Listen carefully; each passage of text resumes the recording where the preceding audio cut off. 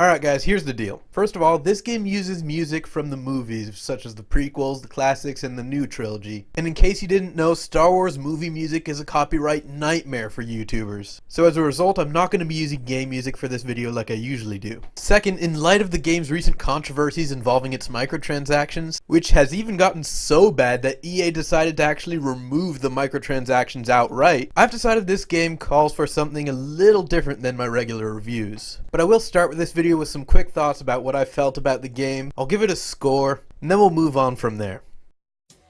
Setting aside the microtransactions for a minute, the game does a lot of things right. They listened to a lot of feedback from Battlefront 1, and went ahead and added almost everything people wished for in that. First among these is the campaign, which is for the most part really nice, but unfortunately falls a little short as it doesn't have any kind of co-op mode, oftentimes feels like they're just going down a fan service checklist, and has a cliffhanger ending that doesn't feel deserved since the game only lasts 6 hours on the hardest difficulty if you take your time. But it is filled with interesting characters, and is overall a fun cinematic experience in the Star Wars universe, which is all I really expected the campaign to be given its huge multiplayer focus, which has also benefited massively from feedback for the first game, with original 2005 Battlefront features such as classes, space battles, and battlefields from not only the Clone Wars and Galactic Civil War, but also from the new trilogy. They also fixed the problem with the original game having the heroes and vehicles be power-ups and now are unlocked through battle points, which is like your per-match experience. Unfortunately, this means the vehicles don't quite work the way I would prefer them to work as they did in the original Battlefield, or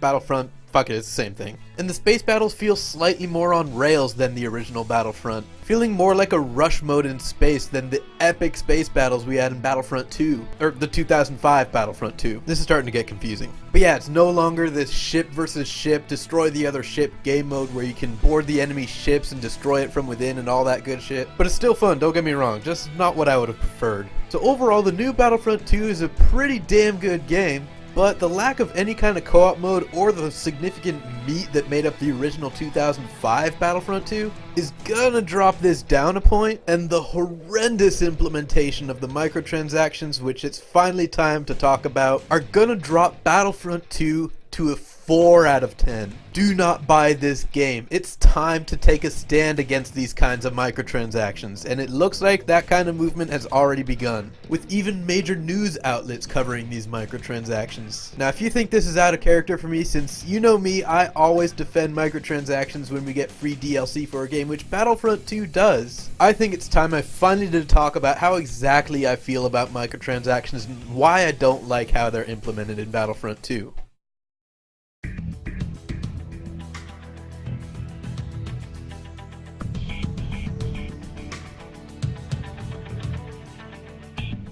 Let's start this off with the most important question. When is it okay for a game to have microtransactions? Some people would say never, some people would say only in free-to-play games, but I think it's a bit more complicated than that. The important thing to remember is that video game companies are businesses. They exist primarily to profit. Now, of course, they do this by making games to entertain us, but that still means making us happy is secondary to them making money. So that said, let's look at the different ways video game developers make money off of us in their video games. First, of course, is the cost of the initial purchase. This is simply the $60 you pay to get most games. Next, we have our post-launch content. This is the expansions or DLCs. Then you have little side cosmetic items usually provided in microtransactions. When you get into MMOs, there's also a subscription for some games, but we're not going to get into that since we're not talking about MMOs. From a business perspective, you want to monetize as many of these options as possible. Obviously though, if you ask too much of the consumer, they're going to get angry and they're not going to pay for it. So there obviously needs to be some sort of compromise between what the developer wants and what the consumer wants. In a consumer utopia, every single aspect of the game would be free,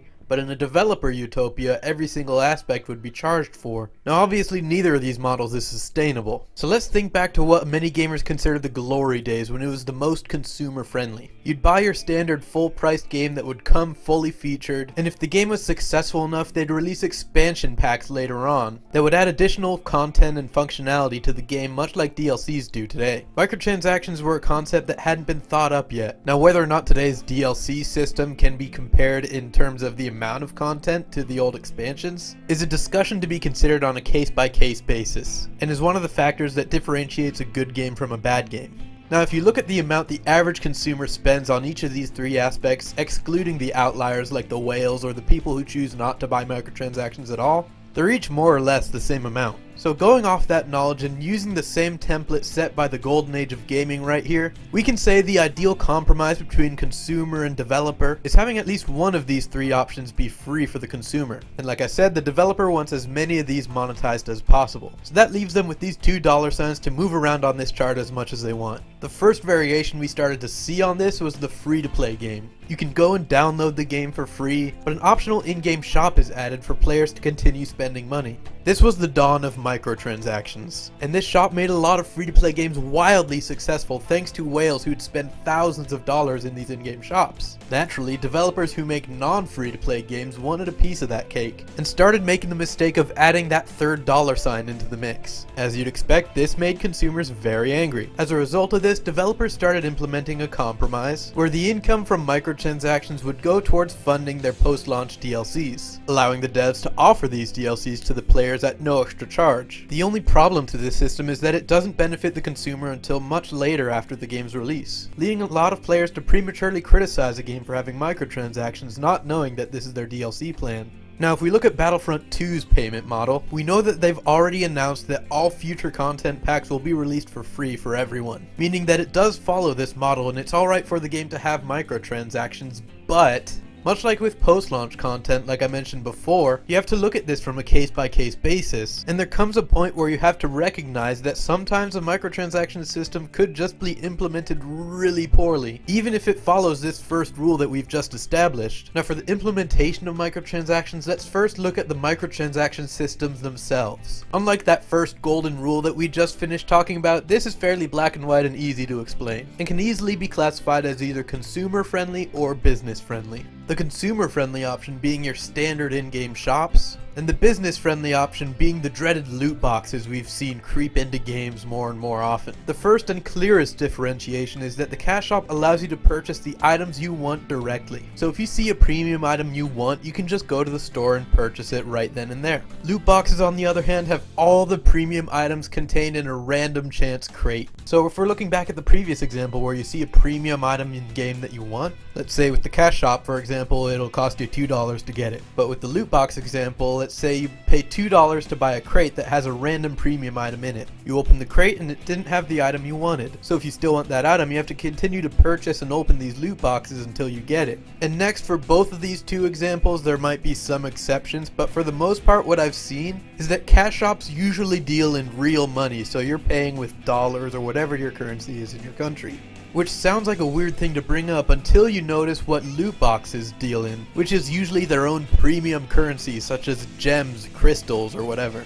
And they'll make you use real money to buy this premium currency in packs of like 500 gems for example, that will cost you about $5, but then the loot boxes will cost you about 300 gems, making it so the smallest purchase you can make is more than you need to purchase a loot crate, and at the same time not enough to obtain 2 loot crates, simultaneously making you spend more money than you need to be spending and also encouraging you to spend even more to make up for those extra gems you have. So all in all, we have this differentiating factor between cash shops and loot boxes, where cash shops is kind of like shopping. Go to the store, buy what you want, and you're done. Whereas loot boxes are more like gambling and have more in common with casinos than stores, where you go in and buy your casino chips, or premium currency in this case, in order to dissociate yourself from how much money you're going to be spending, throw your chips on the table and roll the dice, and more often than not, you're not going to get what you were hoping for. Battlefront 2 has opted to use the second choice, making it one strike against them.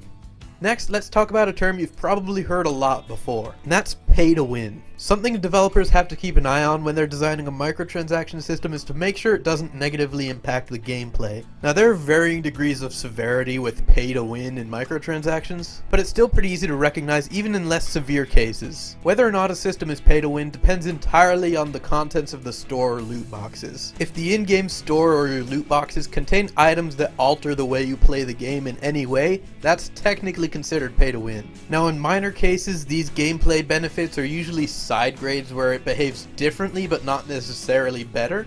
But one player might be able to make use of one side grade better than another player, because I mean, we're people, we're all flawed, and we're all flawed in different ways. So when the ability to play the game to your strengths is locked behind microtransactions, that's technically pay to win. Moving up to about the middle ground in severity, you'll see systems where the items contained within provide bonuses that are a direct upgrade from the defaults. Now like I said, this isn't just a simple ABC system that you could follow. Realistically, it's probably more like on a scale of 1 to 10 on severity for pay to win. And if we're going to call moderate severity, say a 5 out of 10, this would mean a system where it does contain upgrades from the defaults, but there are alternate routes you could take through gameplay to unlock equally powerful items. Not necessarily the same items, but stuff that'll put you on par with a paying player. That does also mean that any severity above a 5 would require the game to have some form of competitive multiplayer. Any pay-to-win system is significantly less severe if there's no competitive element for you to gain an advantage in by paying. If there is a competitive element, then you'll see the severe cases having the absolute best items available in the game contained within the store or the loot boxes, leading to systems where the only way you can beat other people in the game is by paying extra money.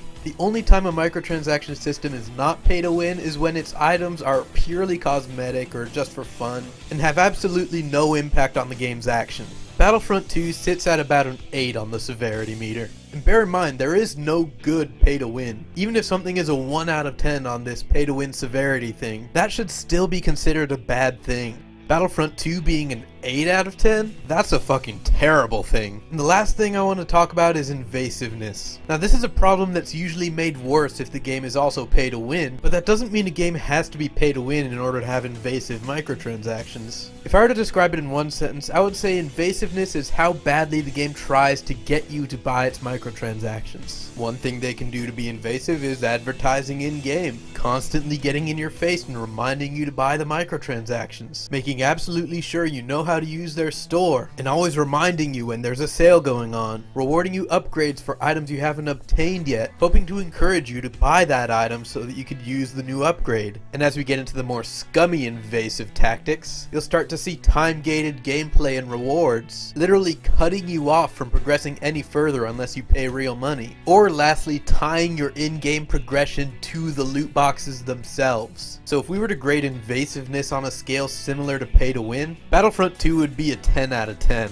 This is a full $60 game, and yet I've seen free mobile games with less invasive microtransactions than this. This needs to be the straw that breaks the camel's back. If this isn't fucking boycotted, and this game turns out to be a financial success for EA, we're not just gonna see more of this in future games. We're gonna see it get worse until we have to pay real money for every single bullet we shoot out of our guns. You guys all need to do what I was unable to do being a reviewer, and avoid this game like the plague, no matter how much you want it. Unless someday we ever get actual legislation restricting this kind of thing, voting with your dollar has never been more important than it is now. Big companies like EA need to be put in check, and without official legislation restricting these kinds of microtransactions as a form of gambling, we, the consumers, are the only ones who are able to keep them in check. Anyways, that's all I wanted to say about microtransactions in this game, except I guess I hope they find a way to implement the progression in a different way that doesn't involve loot boxes, but I think that's unlikely since it's so ingrained in how the game works that we'd probably have to wait for Battlefront 3 for that kind of change, assuming they're even taking this whole fiasco seriously. But until then, that's it for this video. I'd appreciate it greatly if you guys went down below the video and pressed some buttons, and I'd appreciate it greatly if you went to my Patreon page to support me there. So till next time,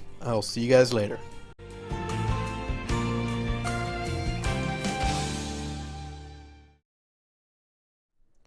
Fuck it, I'll just play this instead. Screw you, EA.